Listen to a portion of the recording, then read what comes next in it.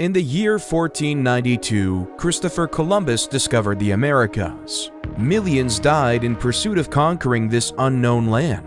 The European powers of the time took part in colonization, and the centuries after witnessed remarkable wars and a new age of influence. These events led to the birth of a new nation on July 4, 1776, the United States of America. Since, the USA has conquered the world in every aspect possible, from developing the most powerful military in modern history to countless astonishing human accomplishments. The country has earned the name the modern Roman Empire. But can this giant continue its dominance? To understand the story of this fascinating land, we must start from the very beginning.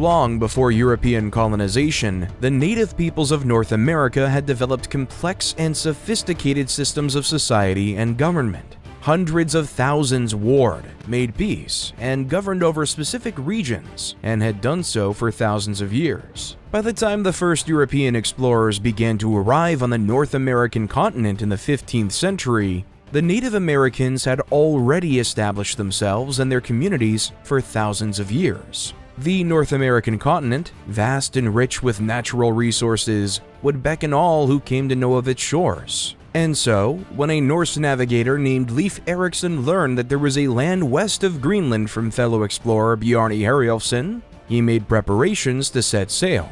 Herjolfsson, who had been blown off course while sailing, had accidentally discovered what would one day be called Newfoundland. And although he did not land, his story gave Erikson the information he needed to successfully sail across the Labrador Sea and make landfall in North America. Erikson and the Norsemen would establish a small settlement in Labrador called Lonstow Meadows or Meadows Cove. This settlement and numerous small outposts built nearby it would be abandoned over the course of about 20 years. Afterward, it would be nearly another 500 years before Europeans set foot on the shores of North America.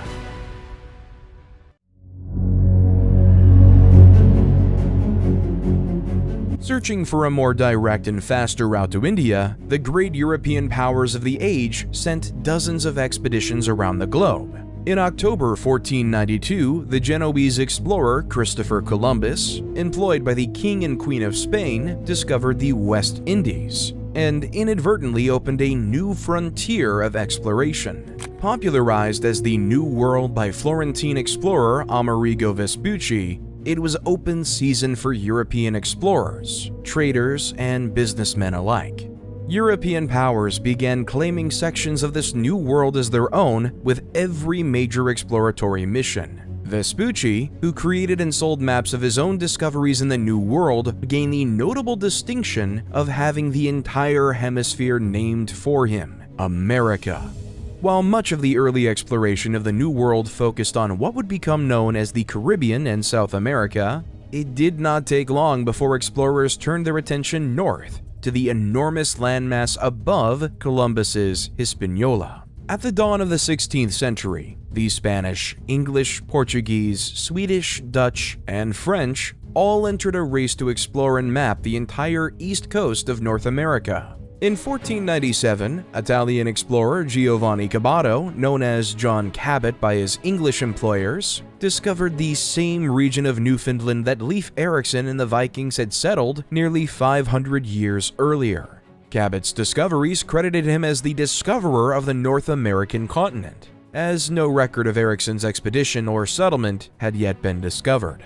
To the south, expeditions by Juan Ponce de Leon, Alvar Núñez Cabeza de Vaca, and Hernando de Soto would map Florida and the American southeast, as Spain prepared to establish permanent colonies in the New World.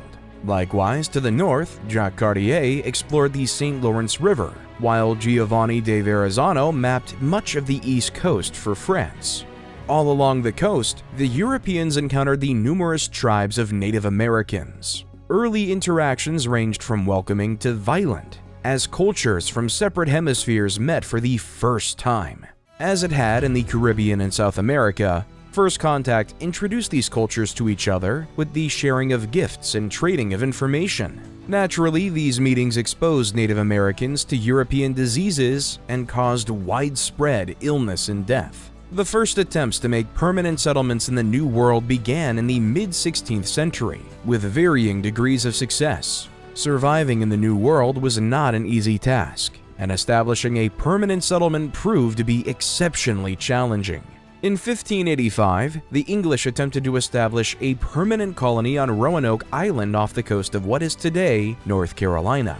The journey across the Atlantic was brutal and left the colonists with few supplies when they arrived. Making contact with the local Aquascogok, Pamela, and Socotan tribes, the colonists, many of whom were military personnel, became embroiled in an argument with the Aquascogok and burned their village to the ground. Meetings with the Socotan went considerably better, outfitting the colonists with enough food to survive a miserable winter.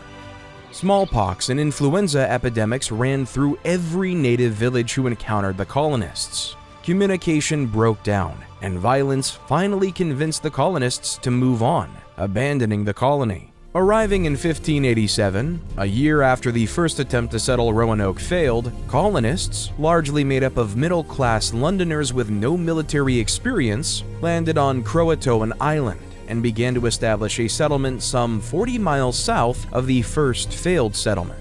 The colony suffered great difficulty surviving. In 1588, a relief mission to the colony was looted by Spanish naval vessels operating off the coast, leaving its new location unknown to English authorities. That same year, Spanish vessels sailed near Croatoan Island and found that it appeared abandoned. The next relief mission to the colony finally arrived in 1590 and found smoke rising from both Croatoan Island and Roanoke Island. A landing party discovered both settlements abandoned and sacked. The only clues were the letters CRO carved into a tree and the word Croatoan carved into one of the posts of a palisade allegedly built by the settlers of the colony. Known as the Lost Colony, the settlers of Roanoke were never discovered, the colony deemed lost by the English government. In 1564, a group of French Huguenot settlers attempted to start a colony in what would become St. Augustine, Florida, only to have the colony sacked and all of its male citizens killed by rival Spanish forces. The settlement established by the Spanish colonists at St. Augustine is considered the first permanent European settlement in North America. In 1607, the English attempted again to establish a permanent colony in the New World. Led by the London Company, the settlement aimed to establish a colony in Virginia and selected a marshy region on the James River, which they christened Jamestown.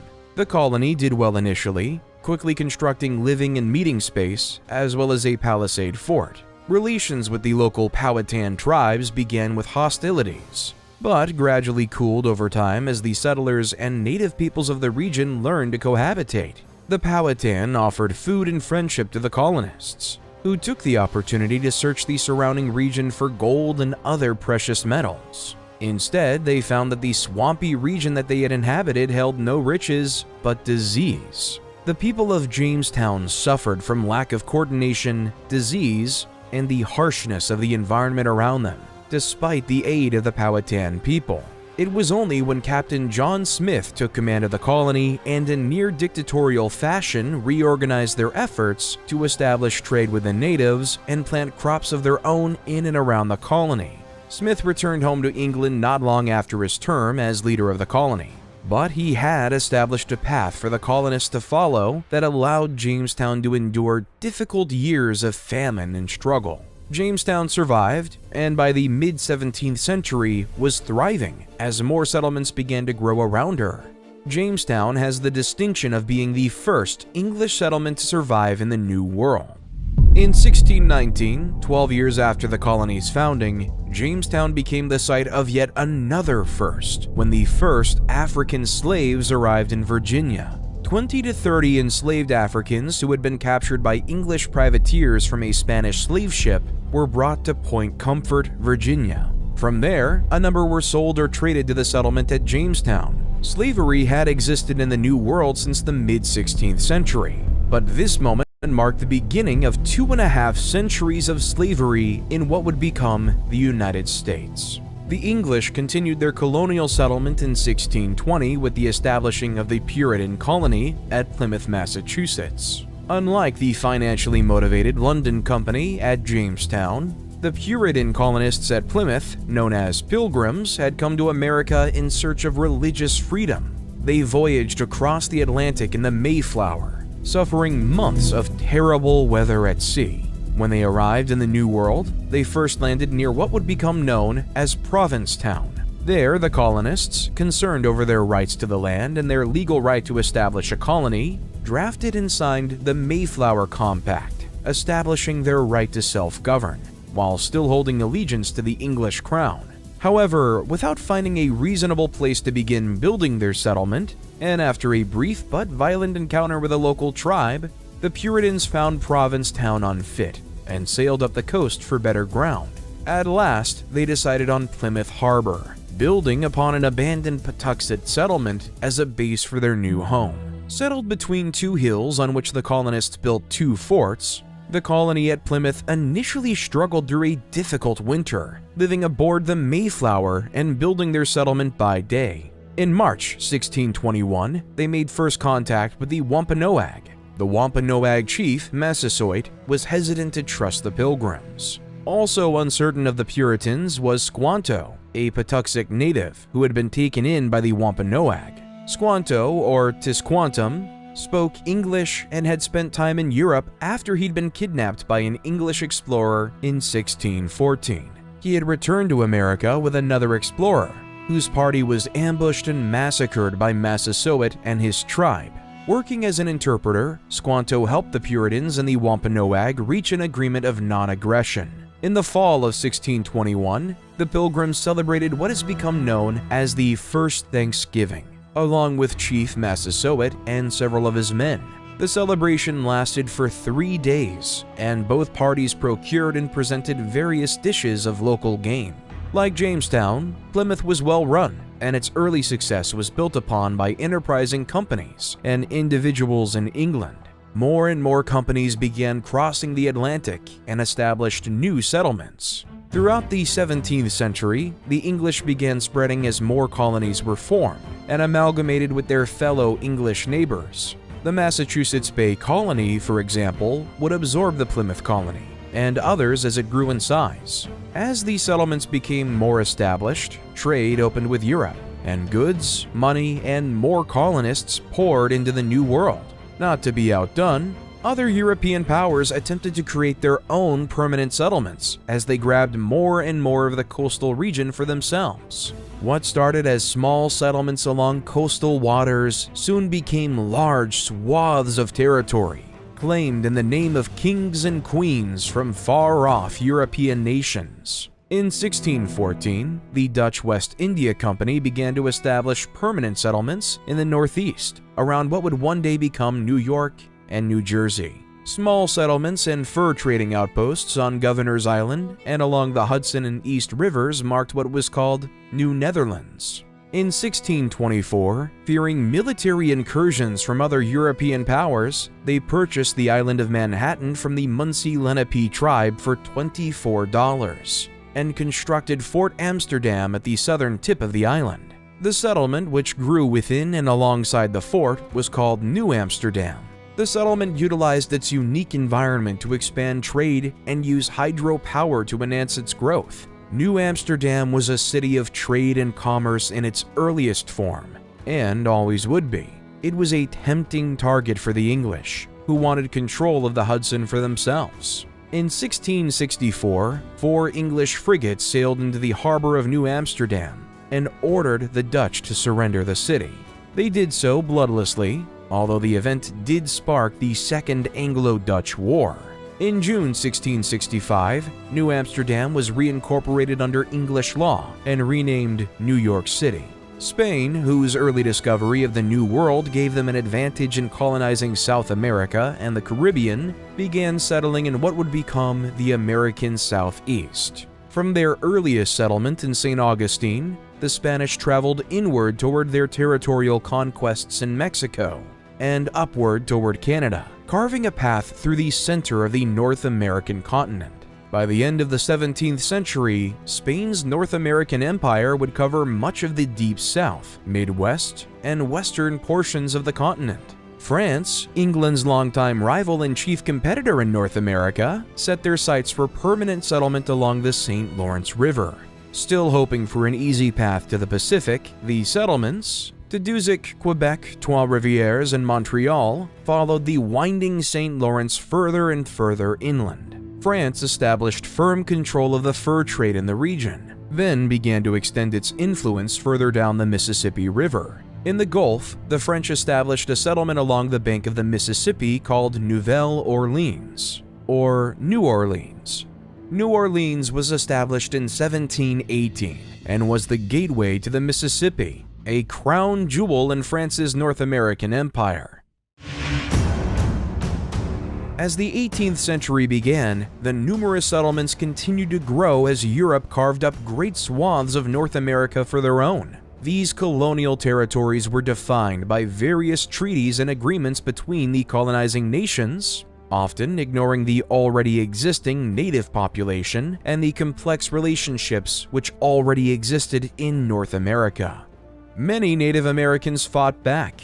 Acting as opportunists, tribes worked with and against European settlers, often sparking conflict. Raids on settlements were not uncommon, and the colonists could not always rely on their far-flung colonial protectors if these actions required a serious defense. One of the largest and most violent of these was King Philip's War. In 1675, in the colony of New England, war broke out after a significant failure of diplomacy between the colonists and the Wampanoag tribe and their allies. Metacomet, son of Massasoit, who had aided the Pilgrims at Plymouth Colony, had become the Grand Sachem of the Wampanoag Confederacy and did not have the same tolerance for the settlers as his father had. Disagreements over livestock intrusion on Wampanoag land and the presence of colonial missionaries attempting to convert natives to Christianity was the last straw for Metacomet, who, unlike his father, saw only danger in the existence of these settlers on their land.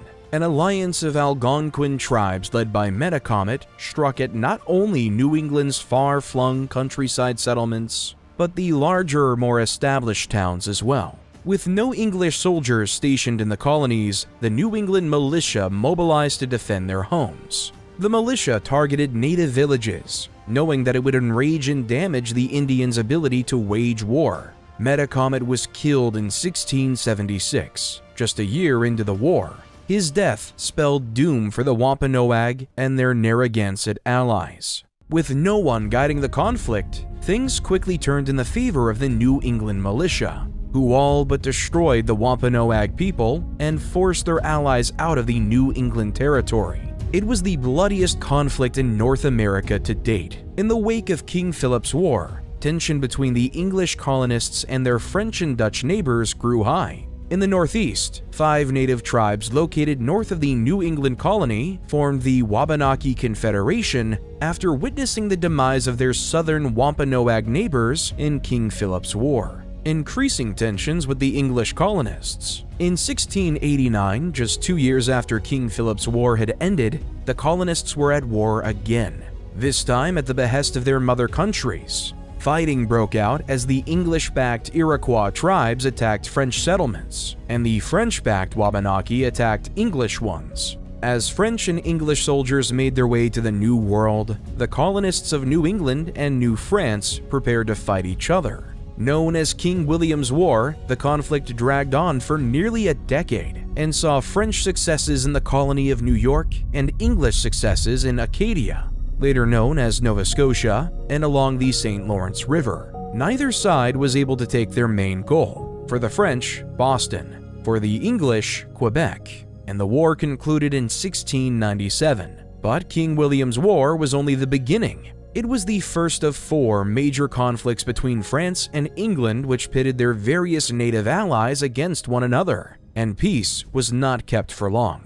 In 1701, King Charles II, The last Habsburg king of Spain died with no direct heir and a confusing web of potential replacements, bound by secret treaties and backroom agreements. English, Austrian, Prussian, and Dutch powers scrambled to stop the French from taking control of the Spanish throne. Known as the War of Spanish Succession, or Queen Anne's War in North America, the conflict originated in Europe and did not take long for the fighting to come to the shores of North America. In the south, Spanish Florida and French colonists in Louisiana were engaged by English colonists from the province of Carolina. The fighting decimated the native populations of the region and helped secure English control of Georgia. In New England, the Wabanaki again sided with the French, and continuous raids on New English settlements plagued the Massachusetts Bay Colony. Concerted efforts made by the English military once again failed to capture Quebec City, but made considerable gains in Acadia.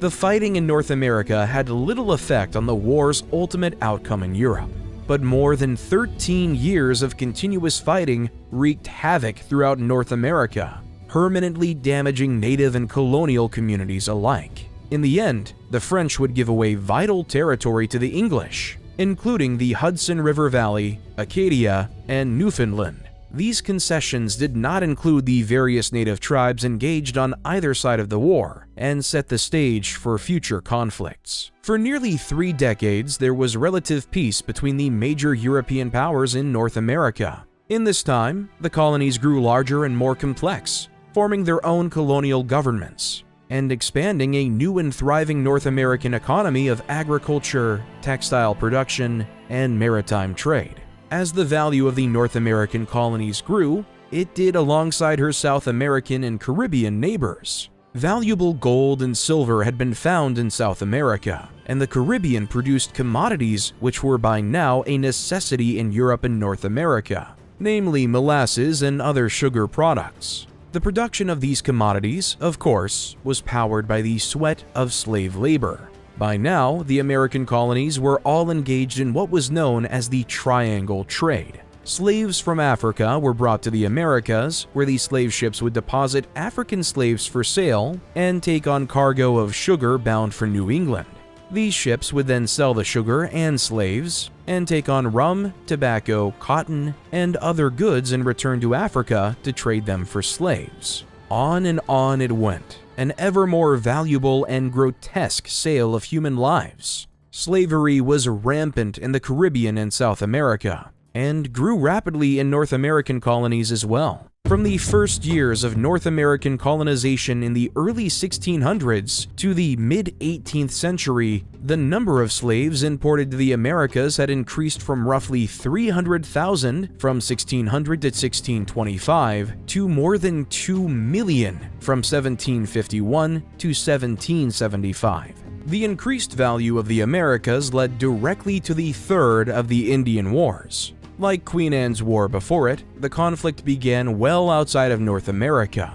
Distrustful of the Spanish control of the South American market, the British were displeased by the mercantile stranglehold Spain had over trade to South America and the Caribbean. Likewise, the Spanish were displeased with British encroachment in North America on what they believed was their territory north of Florida. After the 1721 founding of the colony of Georgia, following Queen Anne's War, the Spanish were convinced that the British had designs on removing them from Florida. Spanish vessels began boarding British trading ships, searching for contraband. While this action was legal due to past treaties, the boardings resulted in increased tensions between the two powers. In 1731, the British brig Rebecca was stopped off the coast of Cuba and boarded for inspection of contraband cargo. On board, the Spanish officials found an illegal cargo of sugar. Rebecca's captain, a man named Robert Jenkins, alleged that during the search, he had been tortured by the Spanish officials and had had his ear partially cut off. While the Royal Navy would admit that Jenkins was at fault for carrying illegal cargo, his story, told before the Houses of Parliament in England, struck a nerve. In 1739, the British found that, among other reasons, the Spanish were guilty of depredations upon British subjects and commenced war against the Spanish in the Americas, known as the War of Jenkins' Ear. The conflict saw little action on North American shores, with the bulk of the fighting occurring in South America and the Caribbean, as the British Navy attempted to capture and claim multiple Spanish forts and port towns. Fighting between the British colonists in the Carolinas and Georgia and the Spanish colonists in Florida came to little fruit for either side, and again only appeared to do the worst harm to the local Indian tribes who fought on either side.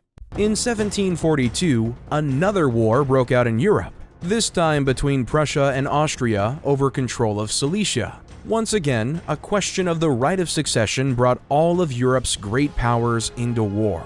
The death of Emperor Charles VI of Austria had left a power vacuum in Central Europe, with Great Britain, the Dutch Republic, Hanover, and Russia supporting Charles VI's daughter, Maria Theresa, as his heir, and France, Spain, Prussia, and Sweden supporting Charles Albert of Bavaria, who believed he had the right of inheritance. This war, known as King George's War in North America and the War of Austrian Succession in Europe, swallowed everything in its wake, including the War of Jenkins' Ear.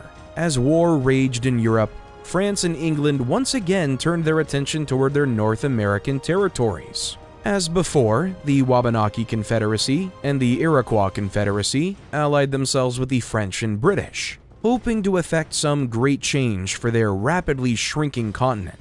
Fighting focused once again over control of Acadia and the St. Lawrence River. In 1745, the British colonists achieved the first substantial gain in the last 50 years of colonial warfare with the capture of Fortress Louisburg at the mouth of the St. Lawrence River. Fighting stretched down into the colony of New York as well as New England. The war took an awful toll on the British colonists, particularly in the final years of fighting. When the war at last came to an end in 1748, the British colonists were forced to return Louisburg to the French, infuriating the colonists who had won it at an excessive cost of life. Once again, after years of violence, the borders were returned to their pre-war status, with nothing having been gained.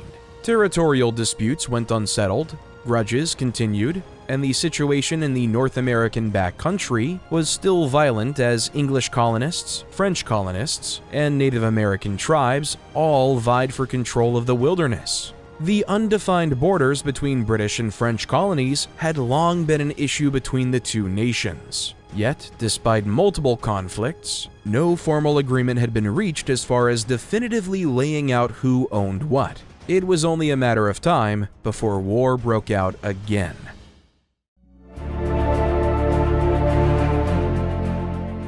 In late 1753, the lieutenant governor of the Virginia colony, Robert Dinwiddie, ordered a young Virginia major named George Washington to remove French colonial troops from forts in the Ohio River Valley. The colony of Virginia claimed this territory as its own and felt that it was within their right to vacate the French from the forts, which still dotted the region from the last century of fighting. The expedition resulted in a French rejection of Virginia's demands, and Washington, who was promoted to lieutenant colonel upon his return, was once again sent into the Ohio River Valley to remove the French from their forts, by force if necessary. In April 1754, French troops learned from their native allies, the Mingos, that a small British fort had been built by colonial militia at the forks of the Ohio River. French troops marched to the fort and captured it. They built in its place a much later fortification which they named Fort Duquesne.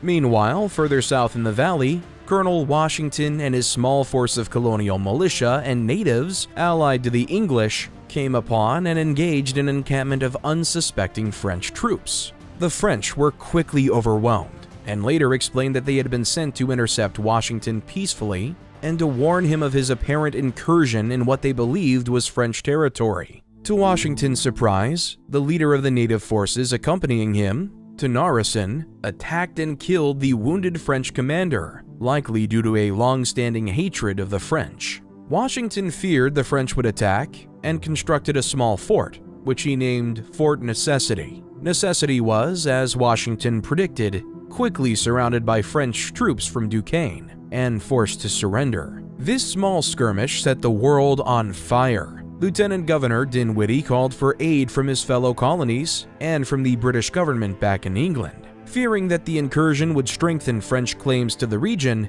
the British government immediately sent troops to strike at the various French forts still in and around the St. Lawrence River and the Ohio River Valley. The French sent additional forces to North America to hold off the inevitable British invasion. Quite suddenly, France and England were once again at war. Multiple early British forays into the Ohio River Valley and Canada failed spectacularly. Early into the war, it seemed as though the French would be able to secure their holdings in North America, and even found success in capturing a number of critical British forts in the colony of New York, including Fort Ticonderoga and Fort William Henry. In 1758, fortunes changed for the English, as the complicated system of entangled alliances produced by the past century of war finally ignited the 7 Years' War. The fighting in the Ohio River Valley, known as the French and Indian War in America, had launched the largest European land war to date, with every major European power of the era engaged. Millions of soldiers and thousands of naval vessels were activated for duty. Fighting stretched not only across North American, but to Europe, the Caribbean, India, and Asia. As the French were forced to direct their attention to Europe and to other more valuable parts of their empire, the British were able to take advantage on the North American front, with the British Navy actively keeping the French from not being able to resupply along the St. Lawrence River. British and American colonial forces successfully captured Fort Niagara, Fortress Louisbourg, and the city of Quebec. As the French lost more and more ground, it became clear that the fight for North America was over. In 1760, British General Geoffrey Amherst managed to secure a formal surrender from the governor of New France, Pierre-François de Ragueau, Marquis de Vaudreuil-Cavagnol, and largely ended the hostilities in North America. Meanwhile, the 7 Years' War continued abroad and continued to carve pieces from the Kingdom of France and her allies. In 1763, the 7 Years' War officially came to an end, and the French and Indian War with it. Casualties were astronomical for the period, with some estimates reaching as high as 1.4 million. Of that number, the French and Indian War accounted for roughly 23,000 killed, wounded, or captured, just under 2% of the total casualties of the global conflict. For nearly a century, England had beaten back the French, Dutch, and Spanish empires, gradually cementing its claim to the New World. Over the course of the 18th century, the successes of the British Empire during these conflicts had created the ideal conditions for their colonies in North America to experience an incredible population boom. From roughly 250,000 in 1700 to more than 1.25 million in 1750. The raw materials produced by the American colonies, including hemp, copper, and tar, were necessary for the British Army and Navy to wage war and protect the vastly growing empire. While it was in the interest of the British Empire to defeat the French and secure their North American holdings, it had also been in the colonists' interests. The English colonists had no great love for the French, and anti-Catholic sentiment was a regular part of colonial life, especially in places like New England, which had been staunchly Protestant for the first 2 centuries of its settlement. That the American colonies were made up chiefly of individuals of the Protestant